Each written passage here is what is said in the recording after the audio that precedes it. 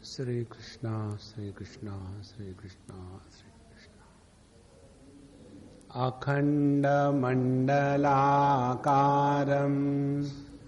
व्याप्तं येन चराचरं तत्पदं दर्शितं येन तस्मै श्री गुरवे नमः। अज्ञानतिमिरान्धस्य ज्ञानाञ्जनशलाकया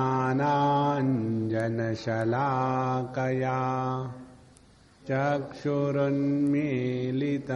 येन तस्मै श्री गुरवे नमः।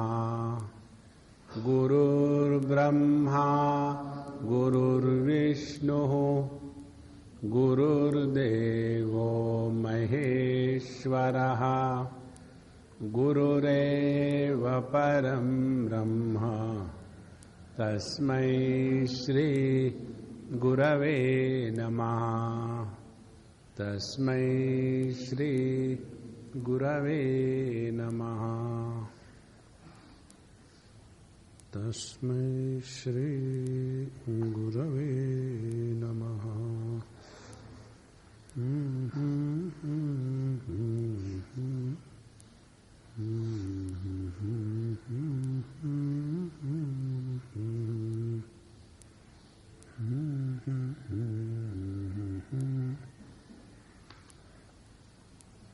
मन की दो अवस्थाएं बताई गई है जनक जी ने अष्टावक्र जी को, एक प्रकाशावस्था और दूसरी विमर्शावस्था। जब मन केवल प्रकाशात्मक होता है और विकल्पहीन होता है तब वो मन की एक स्थिति, और दूसरी जिस वस्तु को प्रकाशित किया जाता है उसके कारण उस मन में जो संकल्प विकल्प आते हैं वो हो गई विमर्शावस्था। और यह जो विमर्श है यह केवल शब्द आश्रित है, शब्दों को ही लेकर के चल रहा है। इसके बाद उन्होंने बताया कि यह जो समाधि है प्रकाशात्मक मन की स्थिति तीन प्रकार से अनुभूत होती है। एक सुषुप्ति में, दूसरी किसी भी वस्तु के दर्शन में, और तीसरी निर्विकल्प समाधि में। लेकिन चूंकि हमको समाधि की अनुभूति नहीं है, जैसे हमको वस्तु के भोगों की अनुभूति है, जैसे हमको सुषुप्ति की अनुभूति है, उस प्रकार से यह समाधि है। इस प्रकार की अनुभूति, इस प्रकार की पहचान, इस प्रकार का ज्ञान हमको नहीं है। इसीलिए समाधि में या समाधि के अनुभूति को लेते हुए भी हम समाधि का अनुभव कर रहे हैं, ये हमको समझ में नहीं आता। इसलिए इन चीजों को जब हम स्पष्ट रूप से जान जाएंगे तब हम समाधि में स्थित होंगे। तो उसमें बताने के लिए इनमें भेद क्या है वो बताया। ये विचार हम पिछले बार कर चुके हैं, अभी मैं केवल उसको समराइज कर रहा हूं। जब किसी वस्तु का हमको ज्ञान होता है तो उस वस्तु के ज्ञान के पश्चात दूसरे वस्तु को जानने के पहले मन एक क्षण भर के लिए निर्विकल्प स्थिति को प्राप्त हो जाता है, और वह मन की एक विषय को ग्रहण करने के बाद जो निर्विकल्प स्थिति है वह है समाधि की अवस्था। उसी प्रकार से दूसरी स्थिति सुषुप्ति अवस्था में। लेकिन सुषुप्ति अवस्था की परेशानी क्या है? विषय के अनुभूति में विषय का होना आवश्यक हो जाता है, सुषुप्ति में विषयों के अभाव का होना आवश्यक हो जाता है। लेकिन जब समाधि की बात हम करते हैं उस समय हमारा चित्त चैतन्यमय पूर्ण रूप से है। इसीलिए समाधि की जो स्थिति है वह अनुभूति जब तक हम नहीं करेंगे तब तक के नित्य सुषुप्ति में और विषयों के साथ जो हमारा भोग हो रहा है उसमें भी समाधि है, ये समझ में नहीं आएगा। हम इसे को फिर बताते हैं।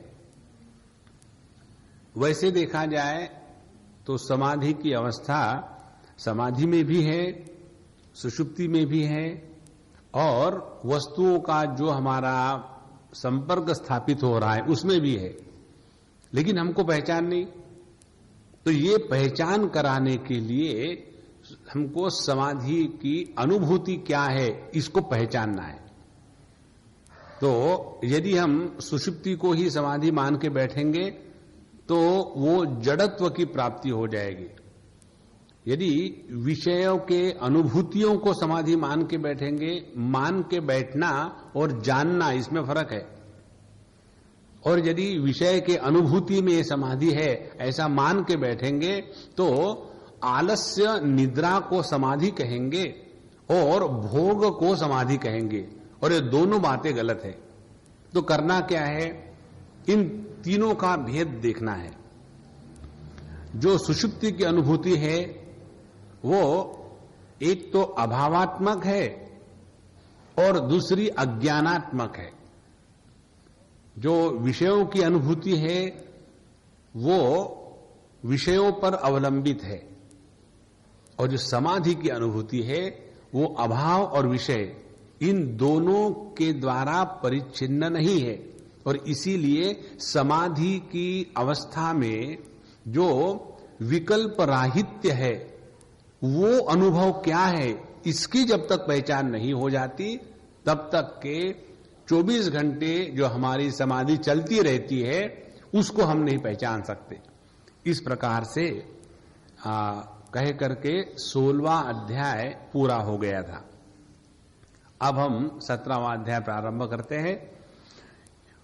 और ऐसी जब बात परशुराम जी ने सुनी भगवान दत्तात्रेय जी से, तो उन्होंने प्रश्न पूछा कि हे भगवान, अष्टावक्र जी ये सब बात सुनकर के उनकी क्या रिएक्शन रही? तो अष्टावक्र जी ने फिर जनक राजा को प्रश्न पूछा। तो अष्टावक्र जी कहते हैं कि हे राजन, आप हमको ये बताओ, राजम यदुक्तम भवता व्यवहार दशास्वपि सूक्ष्मा समाधया सन्ति इत्येवं तंत्रे वदस्फुटम। आपने जो कहा कि सुषुप्ति में, व्यवहार में, भोग में अनेक प्रकार की सूक्ष्म समाधियां होती है, तो इसके बारे में जरा खोल के बताना, समझ में नहीं आ रहा, तो आप मुझे जरा स्पष्ट करके बताइए। और दूसरा उनका प्रश्न ये है, दशासु कासु ते सन्ति निर्विकल्प चिदात्मकाः एवं तेनानुयुक्तोथ प्राह राजा महाशया शृणु ब्रह्मन् प्रवक्ष्यामि व्यवहारे समाधया प्रियाया संपरिष्वक्तो नव्यया प्रथमम यदा। इसके बाद उदाहरण देते हैं, हमारी जगत के अनुभूतियों में, भोग में, विषयों के साथ संपर्क जो होता है उसमें कहां कहां समाधियां होती है, ये 2-4 उदाहरण मात्र है। तो कहते हैं कि हे ब्रह्मन, हे राजन, सुनो। तो हमारे जनक महाराज अष्टावक्र जी को कहते हैं, मैं तुमको व्यवहारिक दशा में होने वाली भिन्न समाधियों का दर्शन कराता हूं। जरा ध्यान से सुनना, क्योंकि ये बहुत सूक्ष्म विषय है। इसका अनुभव हम ले रहे हैं कि हम समाधि में है, लेकिन मालूम नहीं। अब यहां उदाहरणों के साथ समाधि का निरूपण भी हो रहा है। तो कहते हैं, प्रियया संपरिष्वक्तः नव्यया प्रथमम यदा तदा नवेद बाह्यम वापि आंतरम वाक्षणम नरः तिष्ठेन्न निद्रया क्रांतः स समाधि उदीरितः। उसको कहते हैं समाधि। स समाधि उदीरितः। किसको? पहला उदाहरण देखो, जब शास्त्र का विचार प्रस्तुत करना होता है तो उसमें इस प्रकार के उदाहरण संत महात्मा देते हैं कि जो उदाहरण प्रत्येक के अनुभव के क्षेत्र हो।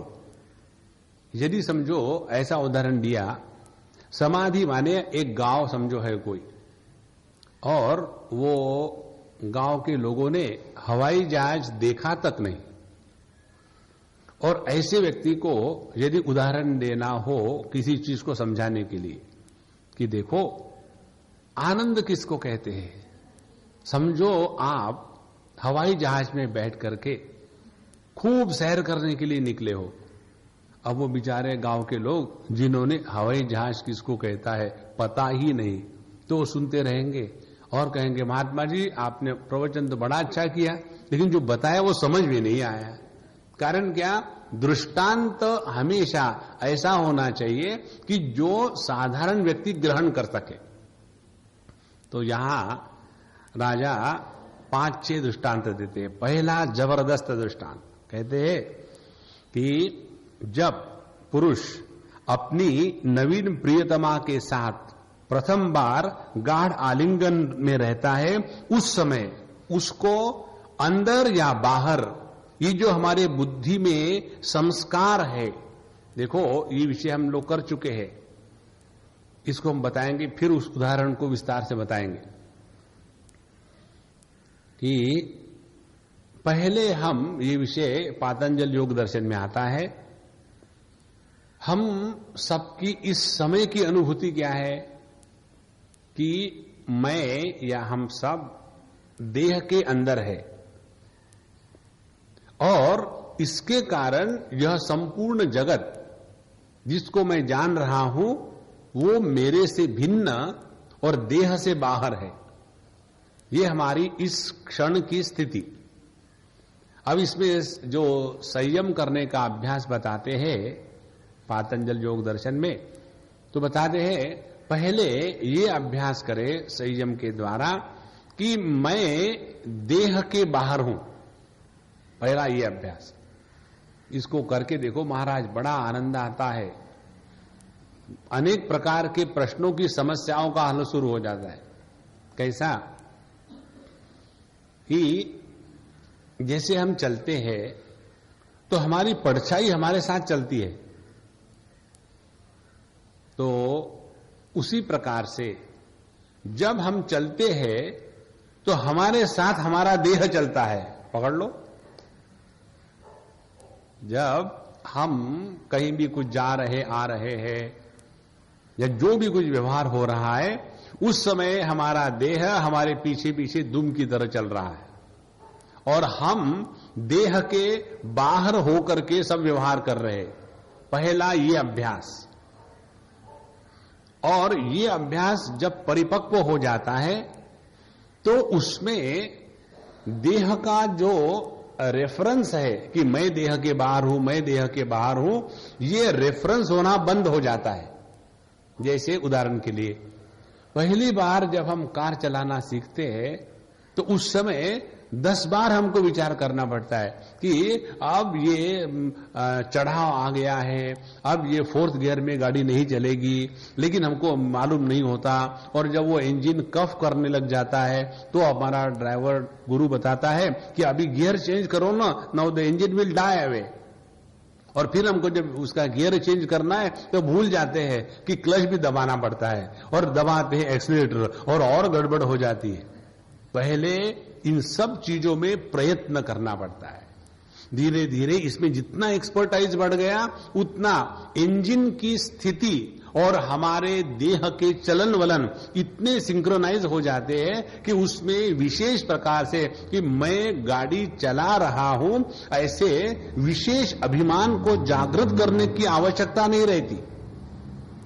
उसी प्रकार से प्रारंभिक अवस्था में बताते हैं शास्त्र संयम की अनेक जो सिद्धांत उसमें, कि पहले ये सिद्धांत प्रयत्न करें कि हम देह से व्यतिरिक्त है, देह से बाहर है, और ये देह अपना अपना कार्य कर रहा है।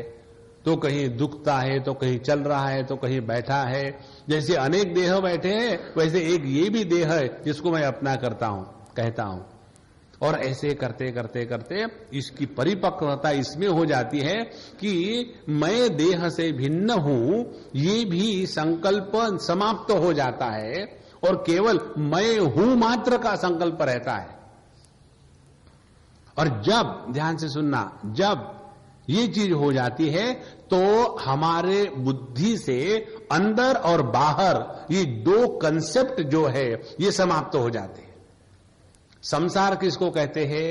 वह मन जिसमें अंदर और बाहर ये दो कंसेप्ट बने हैं, वो है संसारी। देखो, जिस वस्तु को हम अंदर और बाहर इस कंसेप्ट के द्वारा ग्रहण करते हैं, वहां ज्ञान की त्रिपुटी निर्माण हो गई और वहां संसार प्रारंभ हो गया। और समाधि की स्थिति क्या है? जहां अंदर और बाहर ये दो कंसेप्ट समाप्त हो गए। ये कंसेप्ट का समाप्त हो गए जब हम देह का जो परिच्छेद है, देश काल वस्तु का, इस परिच्छेद को पादाक्रांत करके परे चले गए हो, तब जाकर के हमारे मन में अंदर और बाहर ये दो संकल्प समाप्त हो गए। ऐसा अंदर बाहर संकल्प विकल्प रहित मन ही परमात्मा है। देखो, अब इस स्थिति का वर्णन बताने के लिए बताते हैं, जब कोई व्यक्ति पुरुष पहली बार अपने प्रियतमा से आलिंगन कर रहा हो, तो उस समय उसके अंतःकरण में, मन में, अंदर या बाहर सभी संकल्प समाप्त हो गए और वो केवल एक होकर के रहता है। उस समय वो निद्रा में भी नहीं रहता, निद्रा के न तिष्ठेत निद्रया, वो निद्रा भी नहीं होता। ऐसी जो स्थिति है अंतःकरण की, उसको कहते हैं समाधि की स्थिति। देखो, माने जो भी अनुभूति आ रही है, उस अनुभूति के समय क्या हम अनुभव करने वाले बन जाते हैं या अनुभव स्वरूप रहते हैं? ध्यान से सुनना। वह ज्ञान जिसमें हम ज्ञान वाले बन जाते हैं या ज्ञान स्वरूप बन जाते हैं, थिंक, इसमें थोड़ा फर्क है।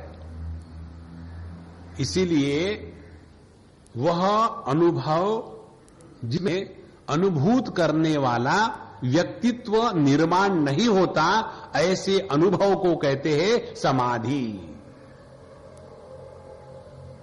और ये भी अंतःकरण की स्थिति है, और इस समाधि के द्वारा अंतःकरण पर जो संस्कार है वो नष्ट हो जाते हैं। दूसरा उदाहरण देते हैं, यच्चिराद वांछितम किंचित अलभ्यत्वेन निश्चितम कस्मात् तस्य संप्राप्ति ही यदा भवति वै मुने तदा न वेद बाह्यम वापि अंतरम वाक्षणम नरः तिष्ठेन्न निद्रया क्रांतः स समाधि उदीरितः। वही सिद्धांत। जब व्यक्ति अनेक सालों से, महीनों से, दिनों से किसी एक विशेष वस्तु की लालसा उसके मन में हो और वो समझे कि यदि ये वस्तु मुझे मिल जाए तो बस, और यदि वो वस्तु उसको अकस्मात मिल जाती है बिना एक्सपेक्टेशन के कि पता नहीं मुझे मिलेगी कि नहीं मिलेगी। अब उसका उदाहरण दे दे आपको, तो अपने देश में जो प्राइम मिनिस्टर और चीफ मिनिस्टर बन रहे हैं ओवरनाइट, कल रात को सोए थे रोटियां बेल के और सुबह उठ गए और चीफ मिनिस्टर बन गए। कल्पना भी नहीं जिसकी की जा सकती, वो जब लाभ हो जाता है तो उस समय जो स्थिति है अपने अंतःकरण की कैसी है, उसमें न तदा बाह्यम वापि अंतरम, उसमें अंदर बाहर का ज्ञान का भेद है वो समाप्त हो गया। और उस क्षण में जो व्यक्ति न तो निद्रा को प्राप्त है, ऐसी निर्विकल्प निद्रा रहित, किसी वस्तु के आलम्बन रहित अंतःकरण की जो स्थिति है उसको कहते हैं समाधि। फिर आगे बताते हैं, अतर्किकम व्रजन क्वापि निर्भयो हृष्टमानसः अकस्मात् यदि संपश्येत व्याघ्रादि मृत्यु सम्मितम तदा न वेद बाह्यम वापि अंतरम वाक्षणम नरः तिष्ठेन्न निद्रया क्रांतः स समाधि रुदीरितः। एक आध बार समझो हम लोग कहीं घूमने जा रहे हो और बड़े मस्त है, प्रसन्न है, किसी प्रकार का डर मन में नहीं है और अपने आप को बड़े धन्य समझ करके कहीं जा रहे हो और सामने से शेर आ जाए, तुरंत बिना किसी सामने से शेर आकर के और उसने अपनी प्रार्थना शुरू कर दी, ओम ब्रह्मार्पणम ब्रह्म हवि ब्रह्माग्नौ ब्रह्मणाहुतम। शेर की उस समय तो यही प्रार्थना होगी ना, और क्या प्रार्थना होगी। ये मुझे एक बच्चे ने प्रश्न पूछा था कि स्वामी जी, यदि एक व्यक्ति के सामने शेर आ गया और दो प्रार्थना कर रहे हैं तो क्या प्रार्थना करेंगे। तो मैंने बोला आदमी की तो प्रार्थना में सोच सकता हूं कि भगवान मुझे बचा दो, मुझे बचा लो। बोले वो तो ठीक है, शेर क्या प्रार्थना करेगा, शेर क्या प्रार्थना, वो तो खा जाएगा। बोले नहीं, क्यों, तो खा रहा है ना। हाँ, फिर ब्रह्मार्पणम ब्रह्म ब्रह्माग्नौ ब्रह्मणाहुतम ब्रह्मैव तेन गंतव्यम, और फिर उसको झपक पड़ेगा। तो ऐसी जो स्थिति है, अकस्मात यदि संपश्येत व्याघ्रादि मृत्यु सम्मितम, उस समय जो हमारी मन की स्थिति है, उस समय हम हिंदू होते हैं कि मुसलमान, उस समय हम स्त्री होते हैं कि पुरुष, उस समय हम देह के अंदर होते हैं कि देह के बाहर होते हैं, उस समय हम मंदिर के अंदर है कि मंदिर के बाहर है, उस समय सभी प्रकार के संकल्प जिसमें अंदर और बाहर ये दो संकल्पना का पूर्ण रूप से तिरस्कार हो चुका है, जिसमें निद्रा की अवस्था नहीं है, ऐसे निद्रा रहित संकल्प रहित अवस्था को कहते हैं समाधि। इस प्रकार से एक उदाहरण और देते हैं, अति प्रियम स्वपुत्रादि विभुम च गृह कर्मणि अरोगिणम यदा अकस्मात संसृणोति मृतम किल। यदि कोई किसी का अच्छा लड़का हो और अच्छे कर रहा हो, घर कार्य में हो, बहुत ही अच्छा लड़का हो, और यदि सडनली समझ में आ जाए कि वो तो मर गया, उस समय जो हमारी बुद्धि की स्थिति है वो है समाधि की स्थिति। उस समय सभी प्रकार के संकल्प विकल्प एक क्षण के लिए समाप्त हो जाते। अब ये समाधि स्थिति स्वाभाविक है, उसको निर्माण नहीं करना है। नहीं तो अभी मुझे समाधि करना है, मैं तुमसे बहुत प्रेम करता हूं, मारो, हाँ आप ठीक है, आप समाधि समझ में आ गए, ये नहीं करना, उसमें कर्तृत्व अभिमान नहीं होता। तो इसके बाद बताते हैं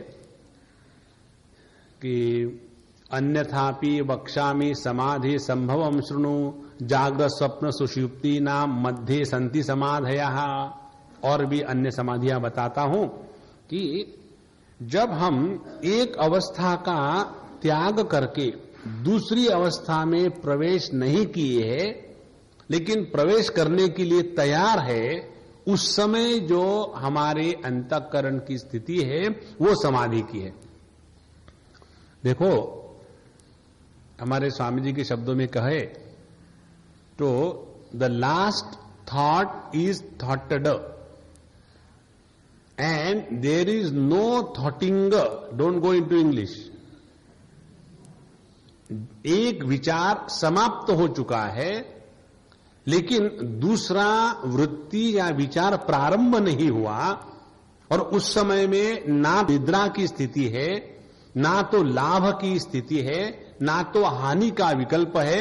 यह लाभ हानि या अंदर या बाहर या अनेकता, इन सभी विचारों का प्रारंभ नहीं हुआ, पहला विचार समाप्त हो गया। यह जो संधि काल है, यह जो दो वृत्तियों के बीच में जो संधि है, उसको कहते हैं, वहां हम समाधि की स्थिति में रहते हैं।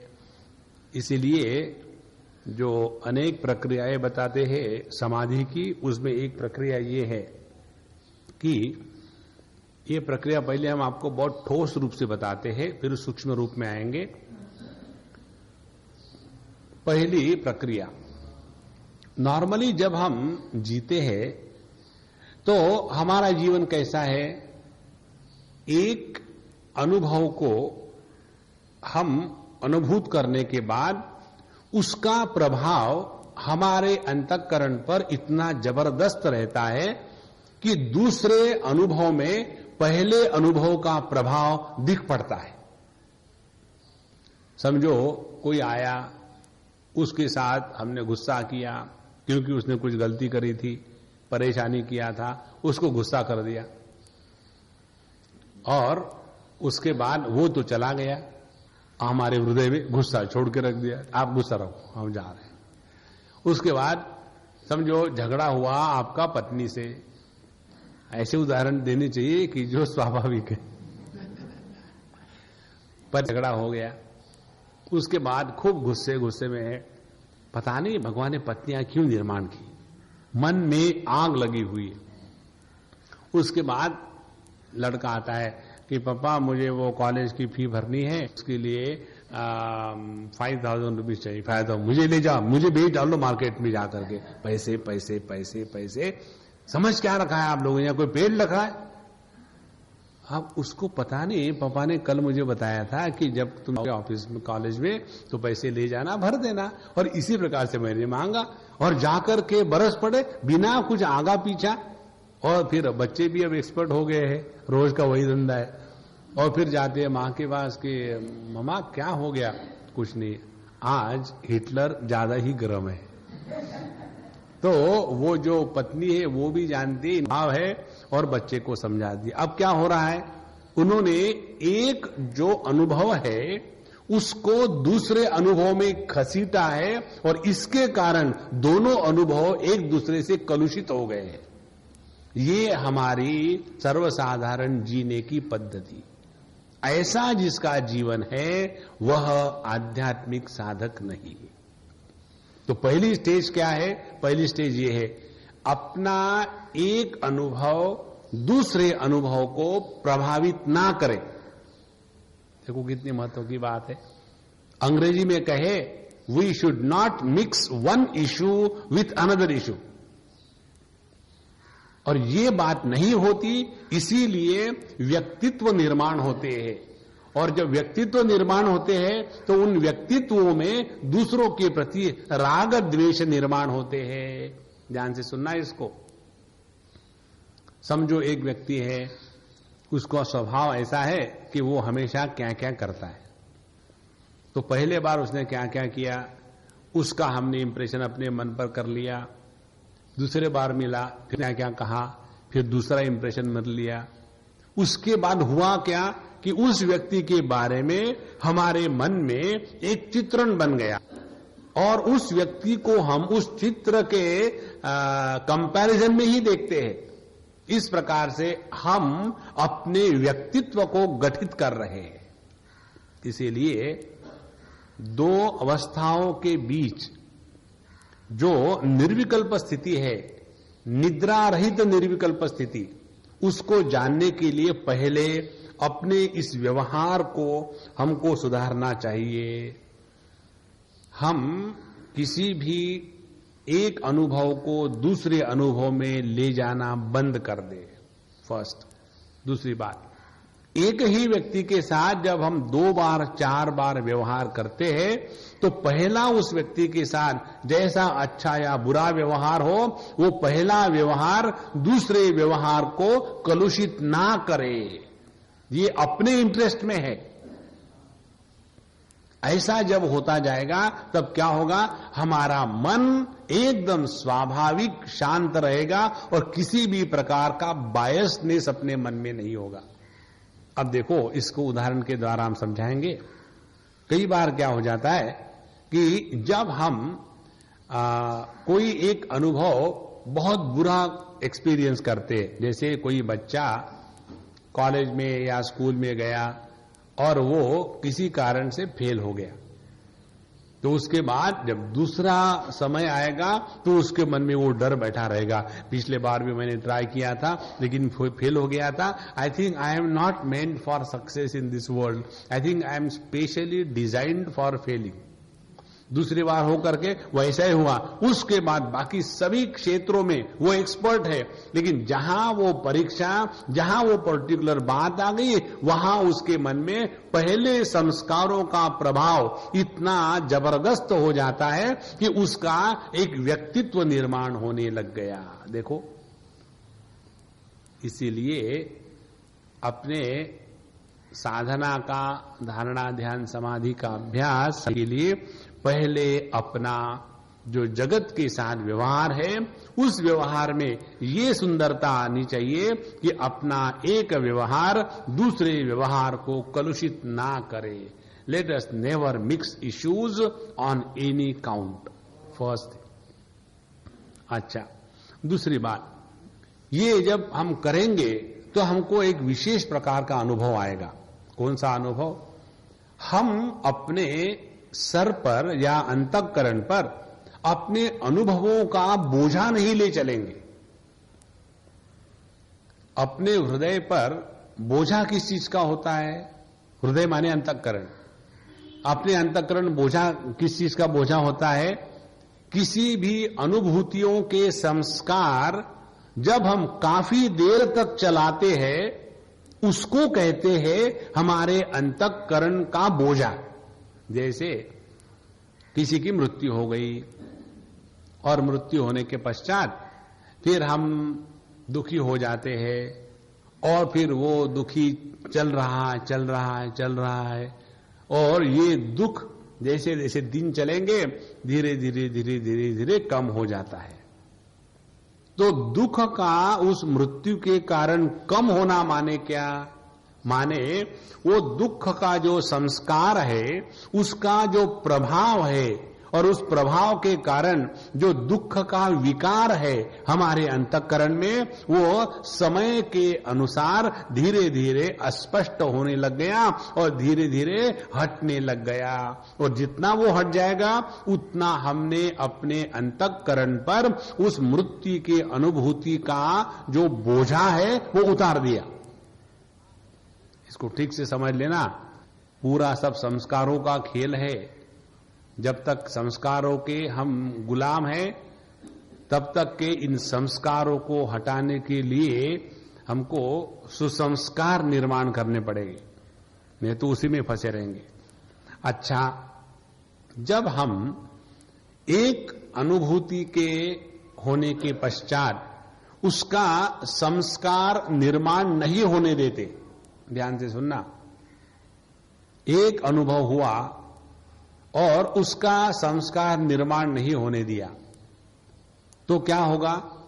उसमें अनुभव होगा लेकिन अनुभूत करने वाला व्यक्तित्व निर्माण नहीं होगा।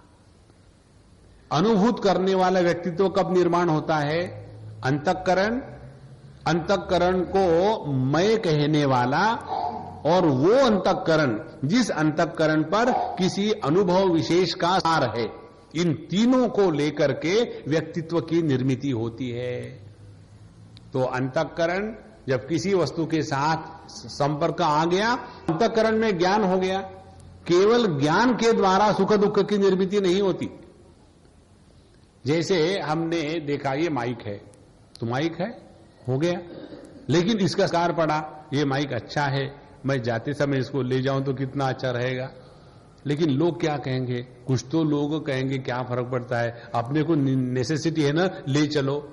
ये है किसी भी ज्ञान के बाद अनेक संकल्प विकल्प का प्रभाव व प्रवाह, वो हमारे मन पर संस्कार निर्माण करता है।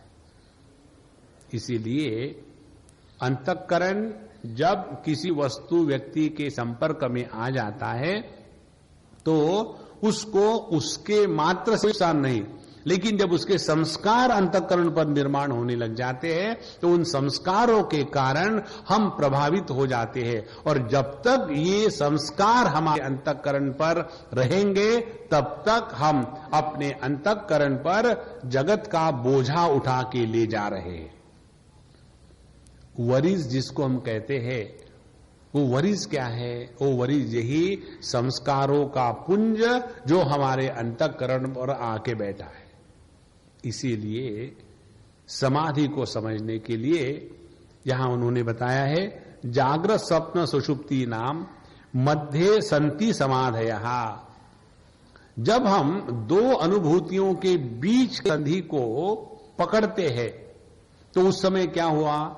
उस समय जो पहला अनुभव था वो समाप्त होने के पश्चात दूसरा अनुभव प्रारंभ नहीं हुआ। तो पहला अनुभव क्या था? पहला अनुभव यह था कि वहां ज्ञेय वस्तु का ज्ञाता एक दूसरे से भिन्न थे पहले, और वो ज्ञाता और ज्ञेय जब अनुभव में एकत्र आ गए तो एकत्र आने के बाद यह ज्ञेय और ज्ञाता इनका भेद समाप्त हो गया। उनका जब भेद समाप्त हो जाता है तो वह केवल रहता है। ध्यान से सुनना। जैसे समझो कोई वस्तु हम खाते हैं, रसगुल्ला खाया, तो पहले वो जो वस्तु है वो हमसे भिन्न है। उसके बाद उस रसगुल्ला स्वाद लेने वाली हमारे जीवा जब उस वस्तु को अपने जीवा के साथ संपर्क कर देते हैं, उस समय क्या है? वहां ज्ञान होता है कि यह मीठा है। और यह जो ज्ञान की स्थिति है ये कब निर्माण हुई? ये तब निर्माण हुई कि जो ज्ञानेंद्रिय है और जो ज्ञेय पदार्थ है, इन दोनों का भेद समाप्त हो गया। जहां वो भेद समाप्त हो गया वहां ज्ञान निर्माण हो गया, और केवल उस ज्ञान की स्थिति में रहेंगे तो हम समाधि में हैं। लेकिन हम केवल ज्ञान की स्थिति में नहीं रहते, हम क्या करते हैं? उस ज्ञान के बाद ज्ञानी बन जाते हैं। प्रॉब्लम तो वही है, ज्ञान वाले बन गए। अब पूरी प्रक्रिया कैसी है? परमात्मा तत्व ज्ञान स्वरूप, इस ज्ञान स्वरूप परमात्मा में जब ज्ञाता और ज्ञेय इसका भेद निर्माण हो जाता है तो ज्ञाता ज्ञेय भेद युक्त ज्ञान मन कहते हैं। और वह मन जो ज्ञाता और ज्ञेय के भेद को स्वीकार कर रहा है, ये भेद समाप्त हो जाता है जब वह ज्ञाता और ज्ञेय एकत्र आ जाते हैं। जहां ज्ञाता और ज्ञेय का भी समाप्त हो गया, फिर वो ज्ञान अपने ओरिजिनल स्थिति में आ गया। जहां वो अपनी ओरिजिनल स्थिति में आ गया वो हमारी समाधि की अवस्था है। लेकिन उसके बाद तुरंत हम दूसरा थॉट फेंकते हैं, मैं जानने वाला हो गया हूं, ये बड़ा है, आज का मेडिटेशन बड़ा जमा, कल का नहीं जमा था। इस प्रकार से योग का त्याग करके हम भोग में प्रवृत्त हो जाते हैं। देखो, समाधि की योग की अवस्था है, भोग की अवस्था नहीं है। भोग की कौन सी अवस्था है? जिसमें भोक्ता का निर्माण हो जाता है, जिसमें ज्ञाता का निर्माण हो जाता है और जिसमें कर्ता का निर्माण हो जाता है। इसीलिए जागृत स्वप्न सुषुप्ति नाम मध्य संति समाधयः, ये है दोनों के बीच का जो अंतराल काल है, दोनों के बीच का ये जो मध्य है, उसको पकड़ना माने समाधि के अभ्यास करना। ये तो हो गया स्थूल दृष्टि से। स्थूल दृष्टि से ये है तो सूक्ष्म दृष्टि से क्या है? हम तो इसी में सूक्ष्म हो गए। तो जब हम संयम का अभ्यास करते हैं, संयम माने हमारे मन को 3 प्रकार से बांध के रखना। एक प्रकार है देशतः, दूसरा प्रकार है वस्तुतः, और तीसरा प्रकार है कालतः। जब हमारा मन किसी एक विषय को एक स्थान पर काफी लंबे समय तक पकड़ के रख सकता है, तो वह जो हमारे मन की क्षमता है उसको कहते हैं संयम। अगेन आई रिपीट, वस्तु वही, स्थान वही, और काफी लंबे समय तक उसी वस्तु को वस्तुतः उसी स्थान में देशतः काफी लंबे समय तक कालतः जब हम अपने मन को पकड़ के रख सकते हैं, वह हमारे मन की जो क्षमता है उसको कहते हैं संयम। त्रयम एकत्र संयमः। अच्छा, जब ये अभ्यास करते करते, ये पहले अभ्यास स्थूल वस्तुओं को लेकर के किया जाता है कि शांत होकर के बैठने के बाद आंखें बंद करी और ये धारणा करी कि अब हमारा मन केवल हृदय में है, बाहर यहां से कहीं नहीं जाएगा। तो अपने हृदय को, अपने मन को पहले हृदय में स्थित करने का अभ्यास करें। जहां बैठे हैं तुरंत चले गए, कार को मैंने ठीक से पार्क किया कि नहीं मुझे याद ही नहीं, कहीं कोई आकर के उठा के न ले जाए, तो अपने हृदय से हट करके पार्किंग लॉट में पहुंच गए। तो हमारा मन पहले एक देश को पकड़ के रखने का अभ्यास करे कि अगले 4 मिनट, 2 मिनट, 5 मिनट अपने मन को यहां से नहीं हटाएंगे। और ये कैसे करना है, अपना अपना सोचो। Nobody can teach this, you have to die your own death. मरना कैसा है स्वामी जी आप जरा बताओ ना, डेमोन्स्ट्रेशन दे दो।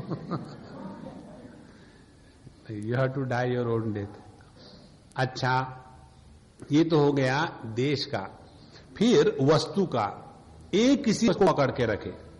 जैसे समझो हम भगवान कृष्ण के भक्त है, तो हम अपने हृदय में उसी वस्तु को पकड़ के रखे कि आप मेरे हृदय में भगवान कृष्ण आ गए हैं, उनका पीतांबर है और मोर मुकुट है और बढ़िया बढ़िया वहां मंद मंद पवन चल रहा है।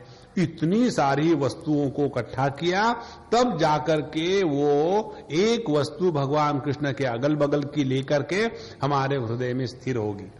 और ये करते करते फिर एक एक चीज का त्याग देना है। अब वहां की जमुना जी गायब हो गई, फिर मंद मंद पवन गायब हो गया। ये सब गायब होते होते होते केवल भगवान कृष्ण मात्र रहे। तो एक वस्तु को लेकर के हमने अपने मन को नियंत्रित किया।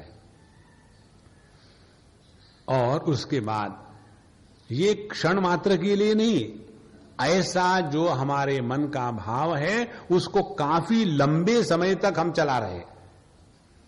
ये स्थूल अभ्यास, इसका करते करते करते हमारे मन में ये एक्सपर्टाइज जागृत हो जाती है। कौन सी एक्सपर्टाइज? जहां हम चाहे, जब हम चाहे और जिस वस्तु के बारे में चाहे, हम अपने मन को लगा सकते हैं। देखो, हम लोगों की क्या यही परेशानी है। हम चाहते हैं पढ़ाई करना, उस समय आ जाती है नींद। हम चाहते हैं नींद करना, उस समय हम जागृत हो जाते हैं। हम चाहते हैं खाना खाना, उस समय हमको क्रिकेट की याद आती है। हम जब खेलते हैं क्रिकेट, हमको पॉलिटिक्स की याद आती है। इस प्रकार से हमारा मन हमारे साथ मानो रिवोल्ट कर रहा है, किसी भी साथ कोऑपरेशन नहीं करता। इसीलिए मन को जब संयमित करने का अभ्यास करते हैं, तो ऐसे संयमित मन को लगाने की जो सूक्ष्म प्रक्रिया है उसमें बताते हैं। पहले अपने मन को समझो भगवान के नाम में लगाया, हरि ओम। तो वो होने के पश्चात फिर दूसरा हरिओम प्रारंभ नहीं हुआ, तो 2 हरिओम के बीच का अंतराल काल है, जो गैप है, वहां किसी भी विजातीय या सजातीय संकल्प का उदय नहीं हुआ। वहां हम नींद को भी प्राप्त नहीं हुए। ऐसी जो स्थिति है अंतरण की, जिसको हमने देखा है भाष्य रहित भान, ये शब्द इसमें आ चुका है। ऑब्जेक्टलेस अवेयरनेस, वह ज्ञान जिसमें किसी भी प्रकार की भाष्य नहीं है। जैसे एक हमने हरि ओम को प्रकाशित किया, तो उसमें प्रकाशित करने वाला मैं और प्रकाशित हुआ हरि ओम का संकल्प या वृत्ति और उसका ज्ञान। लेकिन जब ये खत्म हो गया, दूसरा प्रारंभ नहीं हुआ। लेकिन वहां भाव थोड़ी है, तो वहां केवल अवेयरनेस है, केवल भान है। लेकिन वह जो भान है किसी अलग प्रकार के वस्तु को प्रकाशित नहीं कर रहा है, इसीलिए वह केवल भावात्मक जो स्थिति है उसको कहते हैं समाधि का अभ्यास। इसीलिए जागृत स्वप्न सुषुप्ति नाम मध्य संति समाधयः। अब जिनको कुछ काम धाम नहीं है घरों में ना, उनके लिए यह अभ्यास बहुत सुंदर है। कौन सा?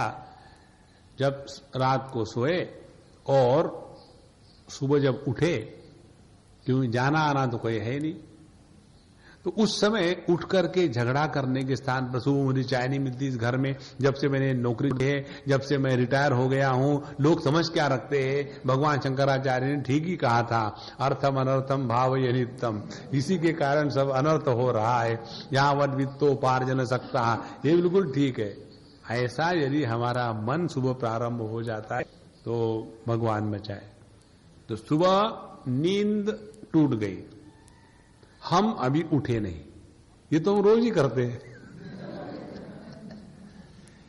रोज कहां करते, फिर हम आलसी होकर के सो जाते हैं। तो नींद टूट गई, हम सुषुप्ति अवस्था का त्याग कर चुके हैं, लेकिन जागृत अवस्था में प्रवेश करने के बाद अभी कुछ बने नहीं है। थिंक असल में कब शुरू हो जाती है?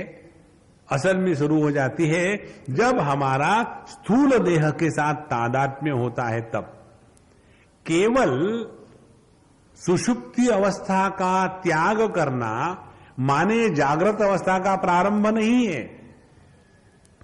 जागृत अवस्था का प्रारंभ हो जाता है जब स्थूल देह के साथ हमारा तादात्म्य हो गया। तो सुषुप्ति अवस्था का त्याग हो चुका है, लेकिन अभी जागृत अवस्था में आने के लिए स्थूल देह के साथ जो तादात्म्य है वो अभी हुआ नहीं। वो हमारी कौन सी स्थिति है? वो ये स्थिति है कि उस समय हम स्त्री नहीं, हम पुरुष नहीं, हम मां नहीं, हम पिताजी नहीं, हम पुत्र नहीं, हम सास नहीं, हम अस्थमा नहीं। पिछले बार हमने आपको बताया ना सास और अस्थमा का फर्क।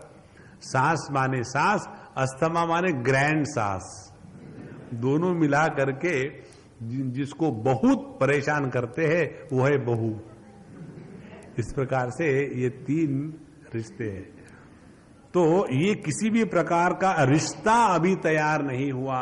देखो, यह जो स्थिति है वो है समाधि की स्थिति। इसीलिए रोज सुबह इसको आप देखेंगे नहीं होगा ये, क्योंकि सुबह जब उठते हैं तो हमेशा रात को सोने के पहले संकल्प करके सोते हैं, और रात को सोने के पहले संकल्प ये होगा कल सुबह उठ करके सुबह सुबह पालक के पकोड़े बनाने हैं।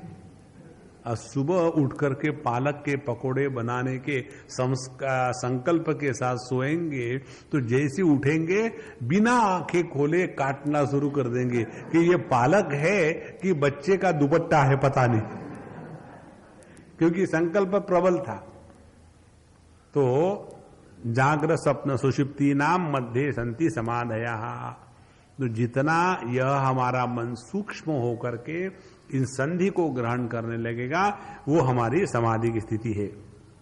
तो दूरे किंचित पश्यतस्तु बुद्ध्या चैकाग्रया मुने मनो दीर्घात्मतायाति जलूकेव तृणालिषु देहे देहाभास भासमयम भावे भावात्मकम तथा मध्ये तन्निर्विकल्पाख्यम मनोलक्ष्य सर्वदा।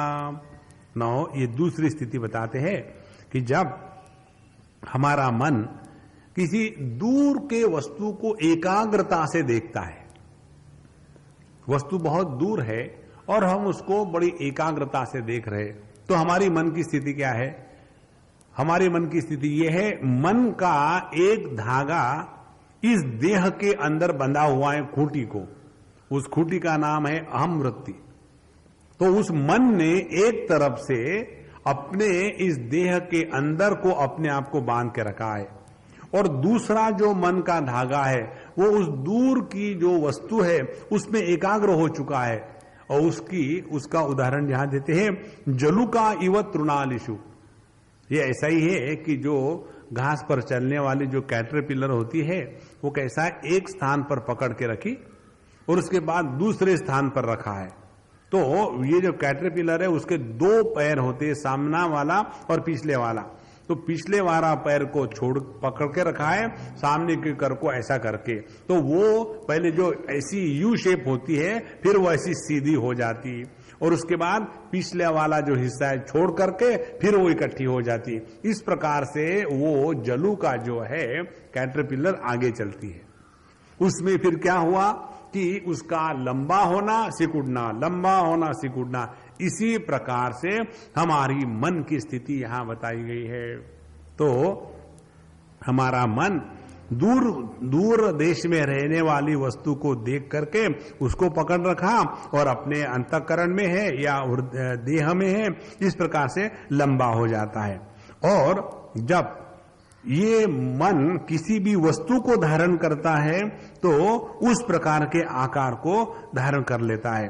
तो उसके बीच में का जो स्थान है, माने दूर की वस्तु, ध्यान से सुनना, ये बहुत सूक्ष्म ध्यान की प्रक्रिया है, समझो। इसीलिए इसको त्राटक में इसका अभ्यास करते हैं। जो सूर्य का त्राटक करने वाले हैं कि हम यहां बैठे हैं और सूर्य अनेक मीलों दूर है हमसे, हमने उसके तरफ देखा शाम के समय या सुबह के समय, हम यहां बैठे हैं।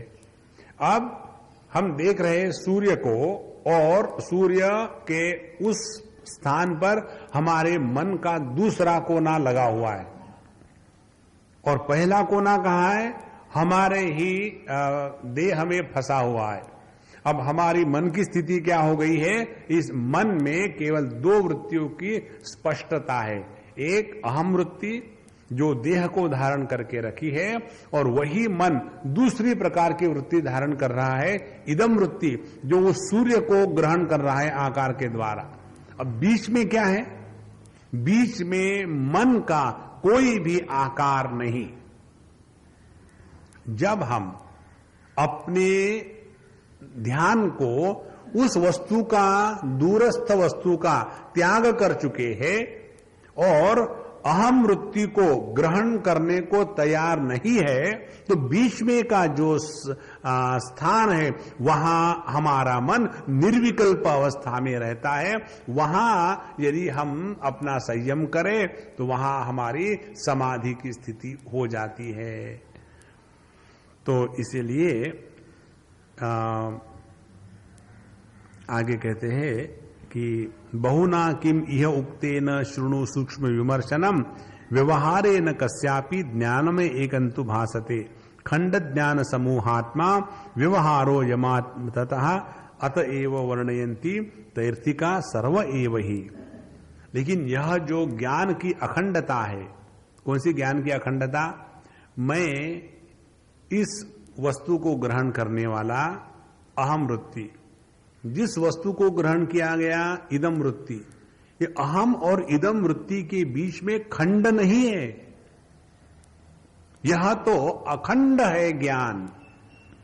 लेकिन क्योंकि हमारा ध्यान या तो अहम वृत्ति पर रहता है या इदम वृत्ति पर रहता है, और उसके कारण हम ये कल्पना करते हैं, कौन सी कल्पना करते हैं? कि मैं जानने वाला जानी हुई वस्तु से अलग हो गया हूं। यह जो कल्पना है, यह कल्पना ही ज्ञान में खंड निर्माण करती है। देखो, बहुत सूक्ष्म विचार है ये। और ये केवल काल्पनिक है, वास्तविक नहीं है। कैसे? जब हम किसी व्यक्ति को अपना समझते हैं, माने क्या? उस व्यक्ति के प्रति हमारे मन में ममता होती है। ममता माने मेरा। तो जब उस व्यक्ति को हम जब देखते हैं तो उस व्यक्ति के साथ हमारा जो व्यवहार है वो व्यवहार कैसा है कि मैं वर्सेस तू, ये भेद समाप्त हो गया। इसीलिए स्वाभाविक अट्रैक्शन, प्रेम जागृत हो जाता है। क्यों? कि अलगपना नहीं है। और यदि दूसरा कोई व्यक्ति हो जिसके प्रति मन में घृणा है, वो यदि मिले तो हम उससे दूर जाना चाहते। क्यों? कि उसके प्रति दूसरी भावना है कि ये मेरा हितैषी नहीं है और ये मेरा हितैषी है। और ये दोनों जो कल्पना है, किसी को हम शत्रु कहते हैं, किसी को मित्र कहते हैं, ये केवल कल्पना मात्र है, वास्तविक नहीं है। शत्रु कौन है? जिसके कारण हमको दुख होता है। मित्र कौन है? जिसके कारण हमको कुछ ना कुछ फायदा होता है। और यदि फायदे करने वाला फायदा न कर सके तो दूसरे क्षण में वो शत्रु बदल जाता है। ये सब केवल भावना का ही चक्कर है। इसी प्रकार से यह केवल अपनी भावना है कि मैं इस देह में बैठा हुआ और वह दूरस्थ वस्तु, वह दूरस्थ जो ऑब्जेक्ट है वो मेरे से भिन्न है। तो क्या बीच में सत्ता का अभाव है? क्या बीच में ज्ञान का अभाव है? क्या हम ये बीच का जो अभाव है क्या उसको प्रकाशित नहीं कर रहे हैं? तो जिस अभाव को हम प्रकाशित कर रहे हैं अस्तित्व के रूप से, और जिस अभाव को हम जान रहे हैं कि वो है, तो वह भानात्मक सत्ता जिसको हम अभाव के रूप में ग्रहण कर रहे हैं, उसका अभाव कब हुआ? कभी नहीं हुआ। इसीलिए यह जो उदाहरण दिया है बहुत सुंदर उदाहरण है। किसी भी दो वस्तुओं के बीच में मैं जानने वाला और ये वस्तु जानी गई, इसके बीच का जो भाग है वो खंड निर्माण करने वाला है, वास्तविक नहीं है। जैसे सूर्य प्रकाशात्मक है और उस सूर्य का प्रकाश जब हमारे पृथ्वी पर पड़ता है तो वहां डे लाइट या दिन का प्रकाश हमको दिखता है। अब सूर्य प्रकाशात्मक है और उस सूर्य का प्रकाश जब पृथ्वी पर पड़ के परावर्तित होता है तो उसको हम ग्रहण कर सकते हैं। तो इससे सिद्ध क्या हुआ? सूर्य और पृथ्वी, इसके बीच में सूर्य की किरणें है या नहीं है? यदि इसके बीच में सूर्य की किरणें है तो हमको दिखनी चाहिए या नहीं दिखनी चाहिए? यदि हमको सूर्य के किरणों का दर्शन होगा तो अंधेरा दिखेगा क्या? नहीं। लेकिन जब हम अपने पृथ्वी के वातावरण के परे चले जावे तो वहां केवल अंधेरे का अनुभव आता है। क्यों? भले हमको सूर्य की किरणों का दर्शन ना हो रहा हो, लेकिन सूर्य के किरणों का अभाव वहां नहीं होता। उसी प्रकार से भले हमारे मन ने, ध्यान से सुनना संतो, भले हमारे मन ने एक किसी वस्तु विषय को ग्रहण किया हो और उस मन का दूसरा जो एंड है, दूसरा जो धागा है वो मैं के रूप में रहा हो, तो मैं और जिस वस्तु का दर्शन हो रहा है वो दृश्य पदार्थ, इनमें किसी भी प्रकार का खंड नहीं है। देखो, हम मैं को कैसे ग्रहण कर रहे हैं? हम मैं को ग्रहण कर रहे हैं भावात्मक सत्ता के रूप में। मैं हूं और मैं जानता हूं, ये अपने आप का ग्रहण हो रहा है। उस सूर्य को हम कैसा ग्रहण कर रहे हैं? सूर्य है और सूर्य को हम जानते हैं, और इन दोनों के बीच में का जो अभाव है, उस अभाव को हम कैसे ग्रहण करते हैं कि अभाव है और अभाव को हम जानते हैं। तो होना और जानना, इसका अभाव कहां है? यह तो अखंड है। देखो संतो, बहुत सुंदर विचार है ये। जितनी सूक्ष्मता से हम अभाव में भावात्मक ज्ञान का दर्शन करना सीखेंगे, उतने हम परमात्मा के करीब हैं। अब जब हमारे इस अभ्यास के द्वारा अभाव में भावात्मक ज्ञान का दर्शन होने लग जाता है तो सबके साथ एक जैसा व्यवहार। क्यों? कि वहां किसी भी प्रकार का भेद नहीं है। इसी को भगवत गीता की भाषा में कहे, विद्या विनय संपन्ने ब्राह्मणे गविहस्तिनी शुनि चैव श्वपाके च पंडिताः समदर्शिनः इह इव तैर्जितः सर्गः येषां साम्ये स्थितं मनः निर्दोषं हि समं ब्रह्म तस्मात् ब्रह्मणि ते स्थिताः आत्मौपम्येन सर्वत्र समं पश्यति अर्जुन सुखम वा यदि वा दुखम स योगी परमो मतः। देखो, समत्व का पूर्ण वर्णन भगवत गीता में इसी ब्रह्म तत्व को प्रतिपादित करने के लिए किया है। तो ये परमात्मा में समता का अभाव कैसे आता है? समता का अभाव परमात्मा में कभी आ ही नहीं सकता। केवल समता के या अखंडत्व के खंड की कल्पना की जाती है। फिर हम आपको आगे स्टेप ले जा रहे। जो अनंत है, अनंत में खंड नहीं होते, खंड की कल्पना करी जाती है। जैसे आकाश अनंत है तो इस आकाश में पूर्व पश्चिम उत्तर दक्षिण ये कल्पना की रेखाएं खींची जा सकती है। जिस प्रकार से पूर्वी अखंड पृथ्वी अखंड है तो ये पृथ्वी में हिंदुस्तान, पाकिस्तान, बांग्लादेश इसकी कल्पना करी जा सकती है। समझो 5000 वर्ष पहले अपने हिंदुस्तान का जो नक्शा था और आज जो नक्शा है कितना फर्क हो गया। तो इसके कारण के पृथ्वी के टुकड़े हो गए नहीं। तो एक में या अनंत में शांत की या खंडों की कल्पना की जाती है, लेकिन कल्पना के कारण अनंत वस्तु में किसी भी प्रकार का अंत निर्माण नहीं होता। देखो,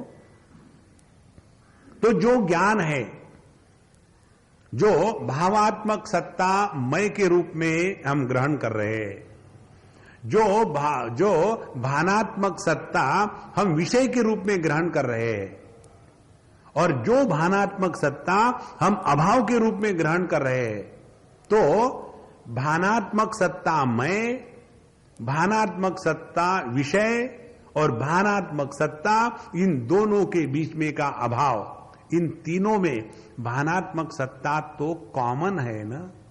तो फिर मैं वर्सेस वह, यह जो है यह काल्पनिक है, ये वास्तविक नहीं है। इस ज्ञान में निष्ठा प्राप्त करना माने समाधि का अभ्यास। और ये निष्ठा कैसे प्राप्त होगी? जब वस्तु को हम भानात्मक सत्ता के रूप में स्वीकार करते हैं और जब अपने आप को हम भानात्मक सत्ता के रूप में स्वीकार करते हैं, और जब इन दोनों का भेद समाप्त हो जाता है, ज्ञाता और ज्ञेय, ज्ञाता भी भानात्मक सत्ता है कॉन्शियस एग्जिस्टेंस, और ज्ञेय भी भानात्मक सत्ता है कॉन्शियस एग्जिस्टेंस, इनका जब भेद समाप्त हो जाता है तो इस भेद की समाप्ति में ही तत्व का अनुभव है। अब ये कैसा करें? इसके लिए हमारे भक्ति शास्त्र बहुत सरल बात बता दे। कौन से? सबके साथ प्रेम से रहो। यस्मान्नो द्विजते लोकः लोकान्नो द्विजते च यः। जो किसी दूसरे के कारण उद्वेग को प्राप्त नहीं होता, जिसके कारण दूसरा कोई उद्वेग को प्राप्त नहीं होता, इस प्रकार से उद्वेग रहित अस्तित्व को परमात्मा कहते हैं। कितनी सुंदर बात है भक्ति के शास्त्र में समाधि की परिभाषा। तो यह जो विचार है ये अत्यंत सूक्ष्म है।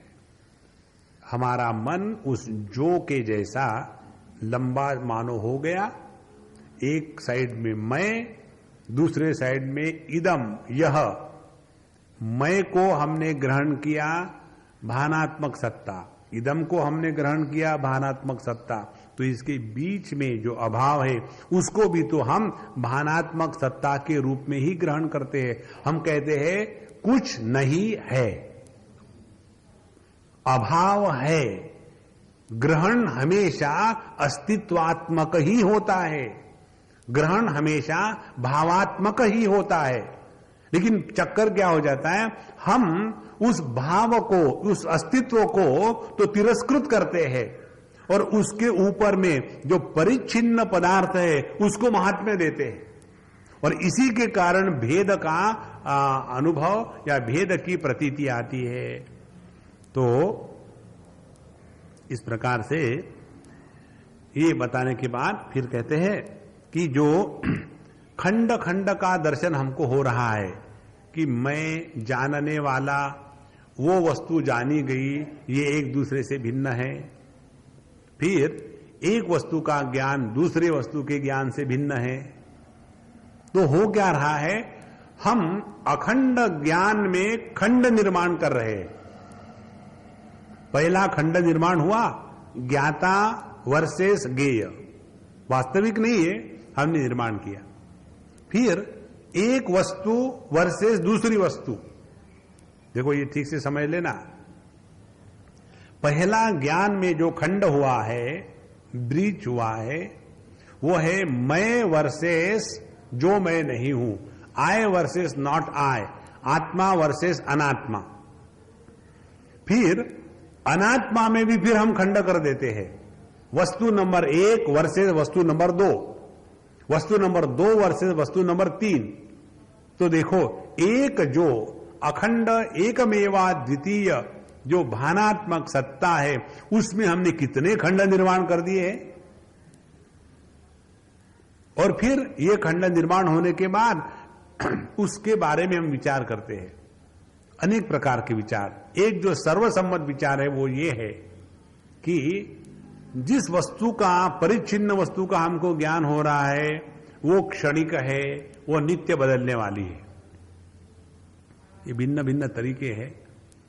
जो एक वस्तु का ज्ञान है दूसरे वस्तु के ज्ञान से भिन्न होने के कारण वो क्षणिक है।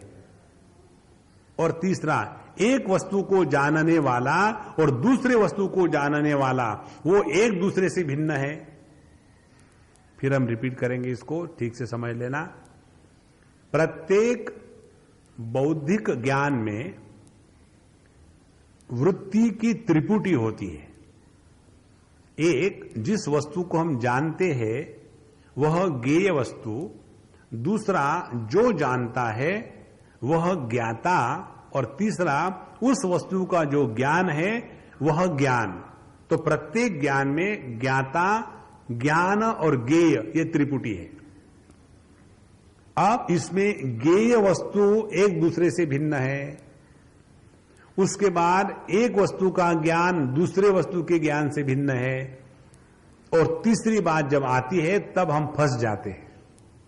कहां हम फंस जाते हैं कि नहीं, मैंने ही तो एक खंबे को देखा था, मैंने ही दूसरे खंबे को देखा, मैंने ही तीसरे खंबे को देखा। तो वस्तु की भिन्नता तो हम स्वीकार करते हैं, वस्तु के ज्ञान की भिन्नता हम स्वीकार करते हैं, लेकिन उस वस्तु को प्रकाशित करने वाला जो परिच्छिन्न व्यक्तित्व उस वस्तु के संदर्भ में उत्पन्न हुआ था, उसको हम अखंड रूप से स्वीकार करते हैं, और वही जीव भाव निर्माण हो जाता है। क्यों? इसलिए यदि समझो ज्ञाता, ज्ञेय और ज्ञान ये तीनों एक दूसरे पर अवलंबित है। यदि ज्ञेय वस्तु नहीं है तो ज्ञान किसका होगा? यदि ज्ञान नहीं है तो क्या उसको हम ज्ञाता कहेंगे?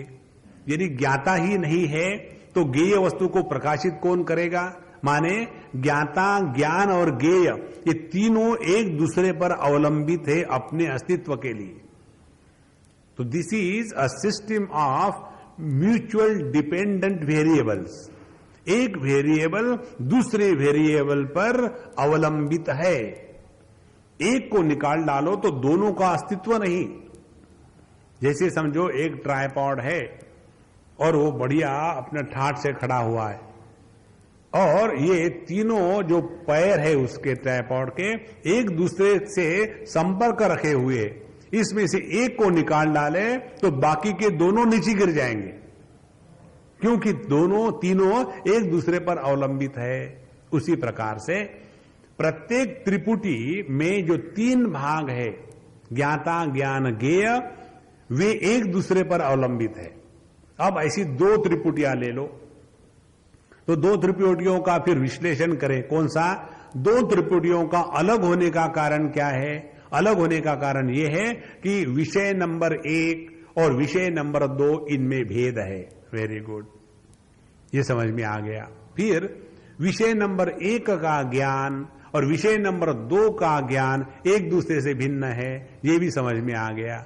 अब तीसरी बात जो है, विषय नंबर 1 को जानने वाला और विषय नंबर 2 को जानने वाला ये भिन्न क्यों नहीं है? वहां आकर के हम फंस जाते हैं। इसको यदि फंसे ना तो मालूम है जीवन भर हंसते रहोगे। कैसे? कल का जो मैं था और आज का जो मैं है, हमारी अनुभूति क्या है? वो एक ही है, वो एक नहीं है, वो अलग है। कल मैं दुखी था, आज मैं ज्यादा दुखी हूं।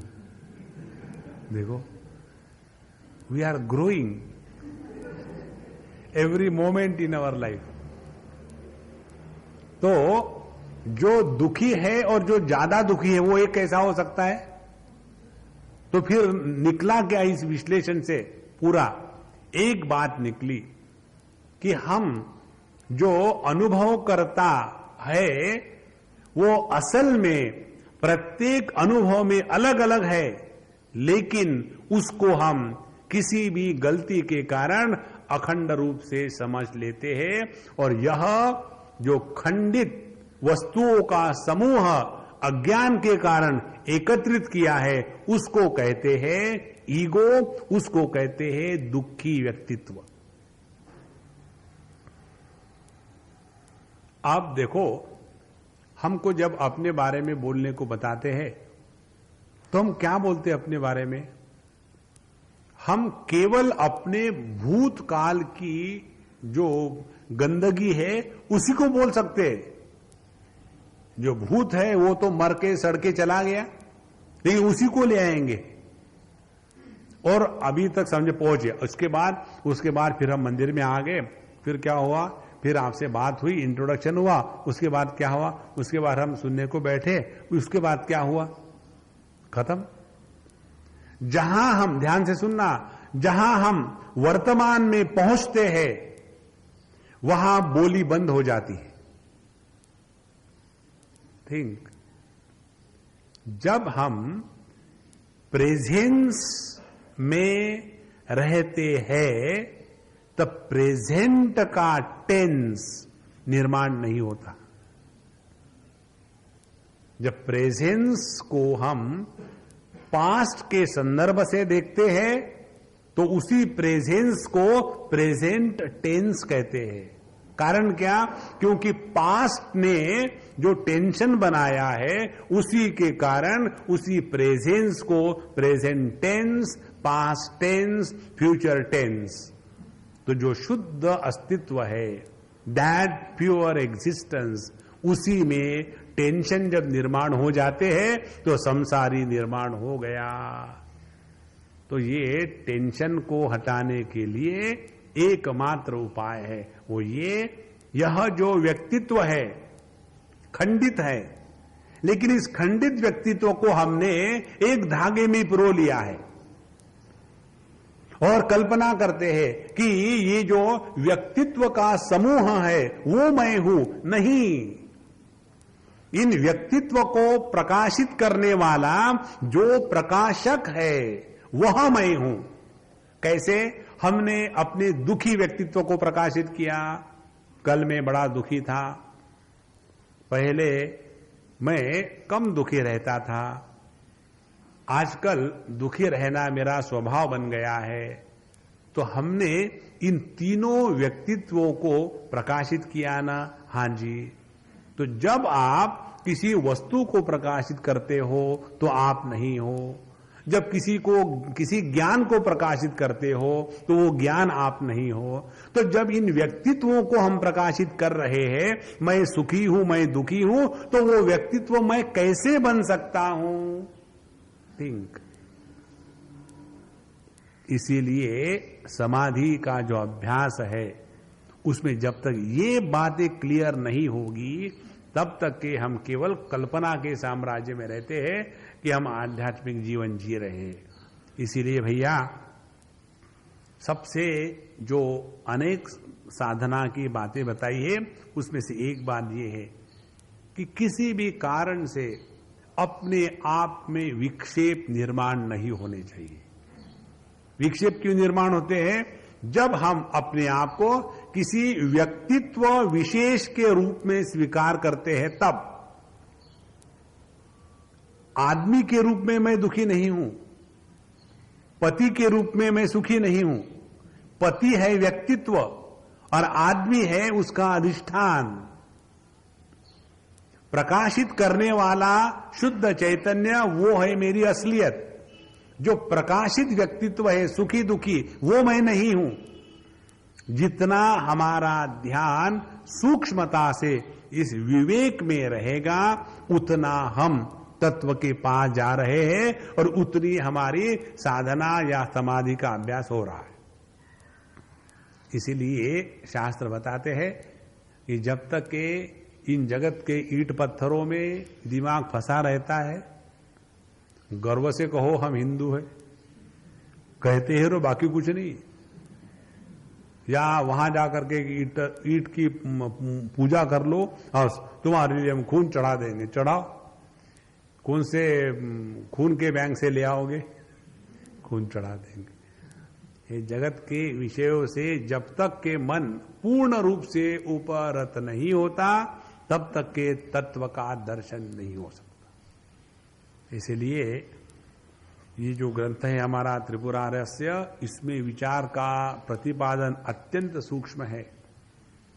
जो ऊपर ऊपर के पढ़ने वाले होते हैं ना, उनको फिर वहां करके चक्कर काट के चले जाते हैं। अच्छा, आगे बताते हैं अष्टावक्र जी महाराज, जरा याद रखना 2000 चीजें। कौन सी? कहोलात्मज जानी ही, कहोल अष्टावक्र जी के पिता का नाम।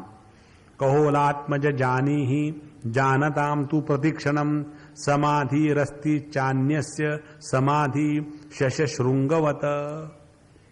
अष्टावक्र जी एक बात सुनो, जिनको समाधि के स्वरूप का स्पष्ट ज्ञान नहीं है, समाधि किसको कहते हैं?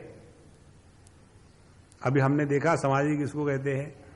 जिनको इस समाधि के स्वरूप का स्पष्ट ज्ञान नहीं है, वो प्रतिक्षण समाधि में रहते हुए भी वो समाधि में है, ये ज्ञान नहीं है। इसी के कारण समाधि में प्रवेश करने के लिए खामोखाम परेशान हो रहे। और ऐसे व्यक्तियों को समाधि का लाभ वैसे ही है जैसे शशशृंग, जैसे जो खरगोश है, खरगोश के सींग, खरगोश के सींग जैसे असंभव है मिलना, उसी प्रकार से हम अभी एकदम समाधि में जा रहे हैं, डिस्टर्ब मत करो। जैसे होता है ना कि MTNL people on work, take a detour, उसी प्रकार से समाधि इन प्रोग्रेस। अरे महाराज, जो समाधि अखंड है वही असली समाधि है। और वो अखंड समाधि कौन सी है?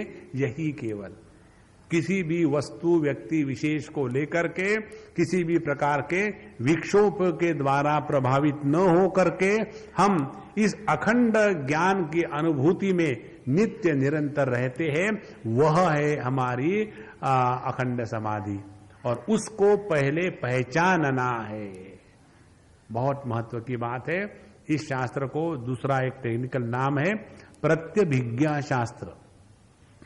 भगवान शंकराचार्य ने अपने दक्षिणामूर्ति स्तोत्र में इस शब्द का प्रयोग किया है, यह प्रत्यभिज्ञायते।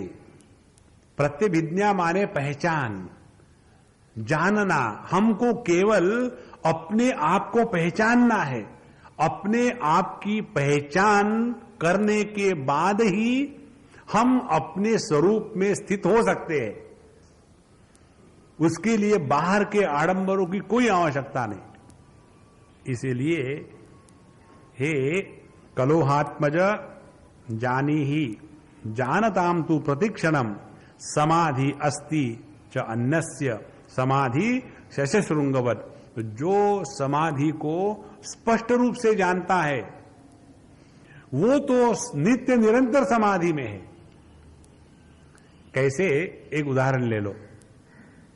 जैसे कोई छोटा बच्चा है और हम कई घरों में जाते हैं तो बच्चों के साथ खेलते हैं, मजाक उड़ाते हैं उनकी, तो हम कहते हैं उनको, देखो हम तुम्हारे मम्मी को हमारे साथ ले जाएंगे, क्योंकि तुम्हारे पास तो पापा है, हमारे पास तो कोई भी नहीं, हम मम्मी को ले जाएंगे। और वो बच्चा सोचता है कि हम असल में मम्मी को ले जा रहे हैं, हमको कोई पागल कुत्ते ने काटा है। हम तो मजाक कर रहे, तो हम जानते हैं कि हम उसके मम्मी को नहीं ले जा रहे, लेकिन वो बच्चा नहीं जानता, तो न जानने के कारण उस वस्तु को वो सत्य समझ करके दुखी होने लग जाता है। और हम भले कह रहे हैं उसके लिए कि मैं तुम्हारे मम्मी को ले जा रहा हूं, लेकिन जानता हूं कि इसको मैं नहीं ले जा रहा हूं। इसीलिए इस ज्ञान में ही समाधि की अनुभूति है। और इसीलिए जो वही बात है, मैं तुम्हारे मम्मी को ले जा रहा हूं, इस वाक्य के कारण बच्चा रोता है, और वही वाक्य जब मैं कहता हूं तो मैं नहीं रोता। देखो, और यदि वो मम्मी ने सीरियसली ले लिया तो फिर मैंने रोना शुरू कर दिया।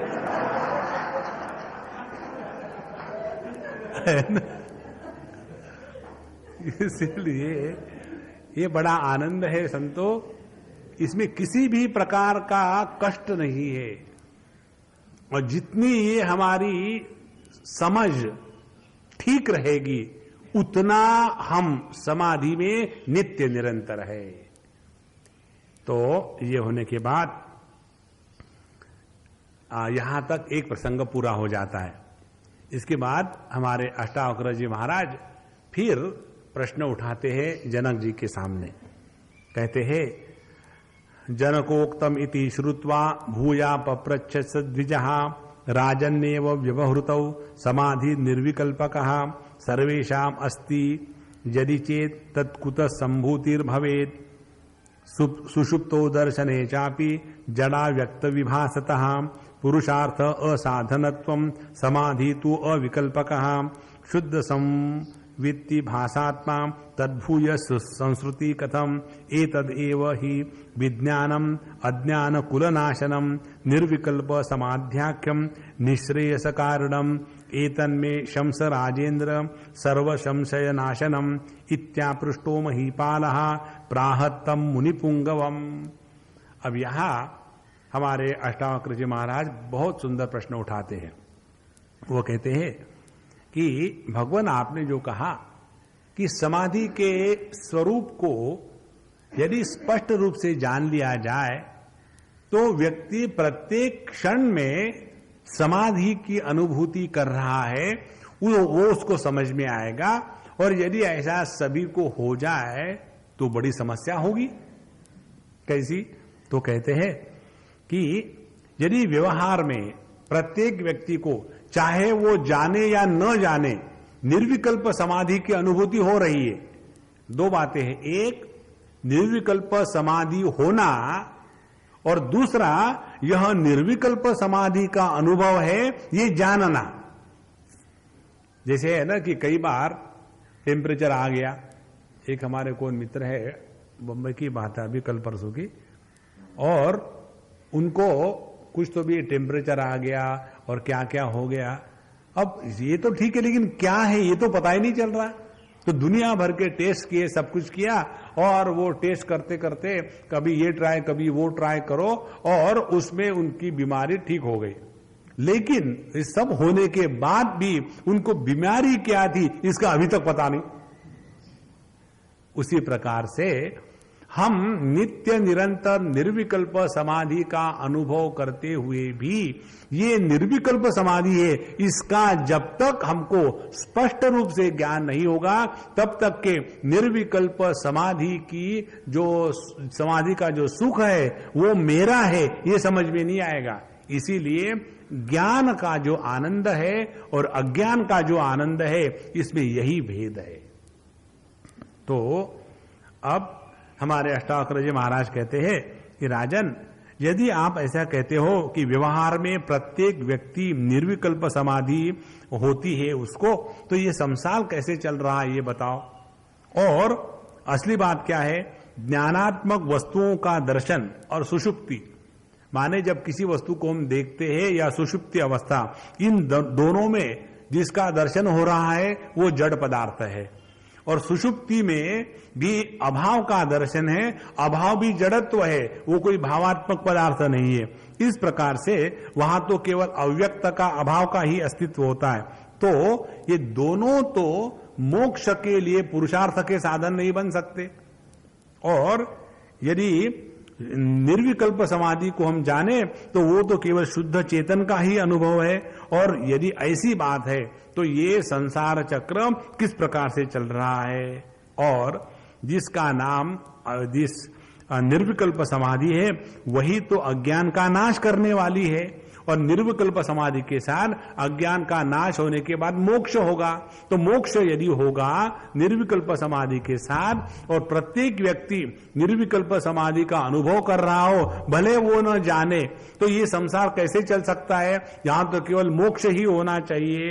इसीलिए मुझे ये बताइए, एक व्यक्ति निर्विकल्प समाधि के अनुभव में है लेकिन उसको वो जानता नहीं, और दूसरा व्यक्ति निर्विकल्प समाधि के अनुभव में है लेकिन उसको वो जानता है। अब जानने न जानने से क्या फर्क पड़ता है? जब हम एनासिन लेते हैं तो कोई जरूरत नहीं कि हमको डॉक्टर होना चाहिए। चाहे अज्ञानी व्यक्ति एनासिन की गोली खाए तो उसका सरदर्द बढ़ेगा, चाहे ज्ञानी व्यक्ति एनासिन की गोली खाए तो उसका सरदर्द बढ़ेगा। क्यों सरदर्द बढ़ेगा? इसीलिए उसको कह देना सरदर्द की गोली है क्या? हेलो, सरदर्द मिटाने की गोली है क्या? कौन पूछता है? शॉर्टकट है ना। कल हम कहीं गए थे, पूरा दिन का प्रोग्राम था हमारा, और रात को खाने के लिए कहीं गए। वहां बच्चे थे बढ़िया, हम रिडल खेलते हैं बच्चों के साथ। तो बच्चों ने हमको पूछा, स्वामी जी ये क्या है?